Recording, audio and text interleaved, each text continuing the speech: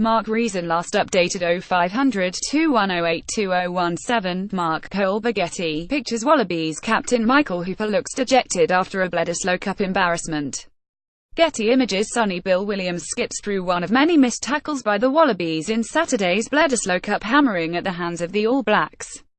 Brett Hemmings. Getty IAMGES. Ben Smith bursts beyond the Wallabies' wafer-thin defensive line.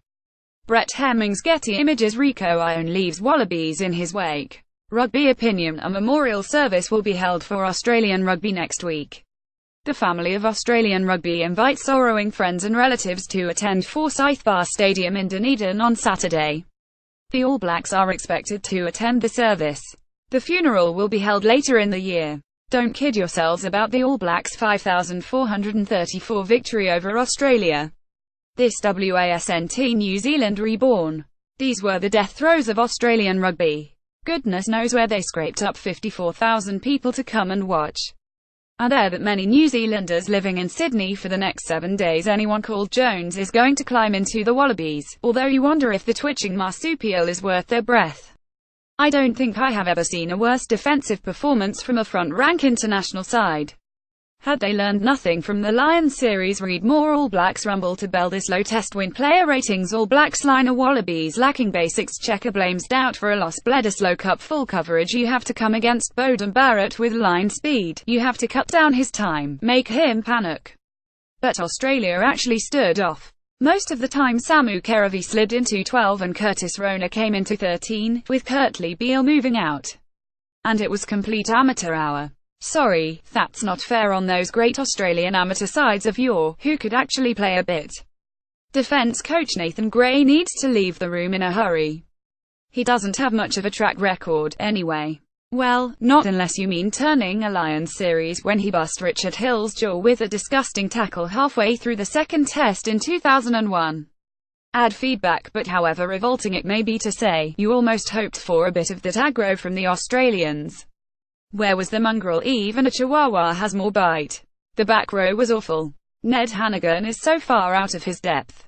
The poor bloke is drowning out there. He looks and play like Goldilocks. But the tackling in the backs was far worse than the inadequacies of the back row.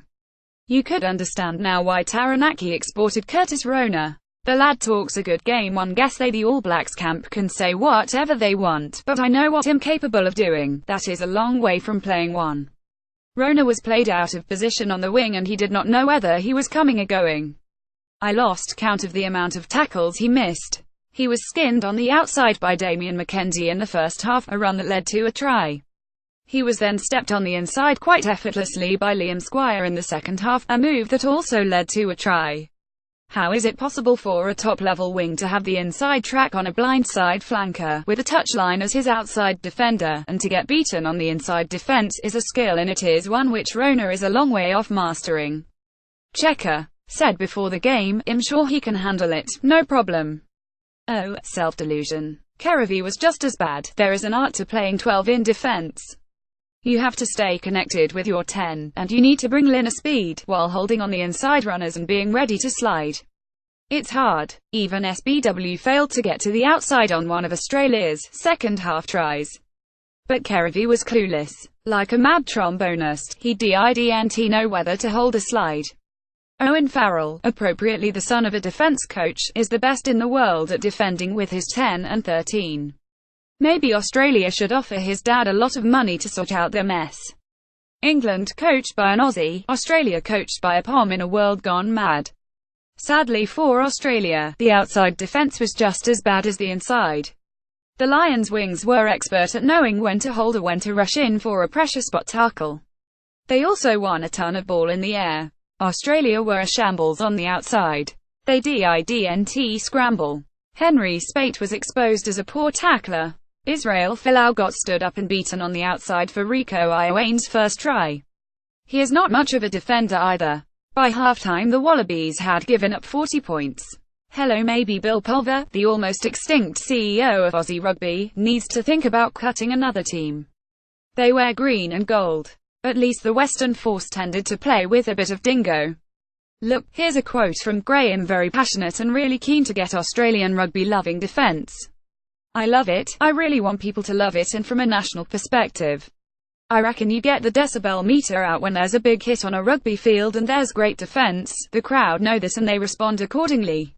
I can hear the sick laughter from the Blue Mountains to the Nullarbor Plain. This was a dreadful night for Australian rugby. I would love to be celebrating the starting debut of Mackenzie at the performance of Big Brodie at the nous of Ryan Crotty. But you see, they were only playing Australia. How can you judge against that lot, a team that lost at home to Scotland when 3 of their best backs were absent on the Lions tour? How sad it is to say that of Australia. You think of Ella and Eales, Liner, Little and Larkham. You think of Campo and Roth, Farjones, Horan and Gregan.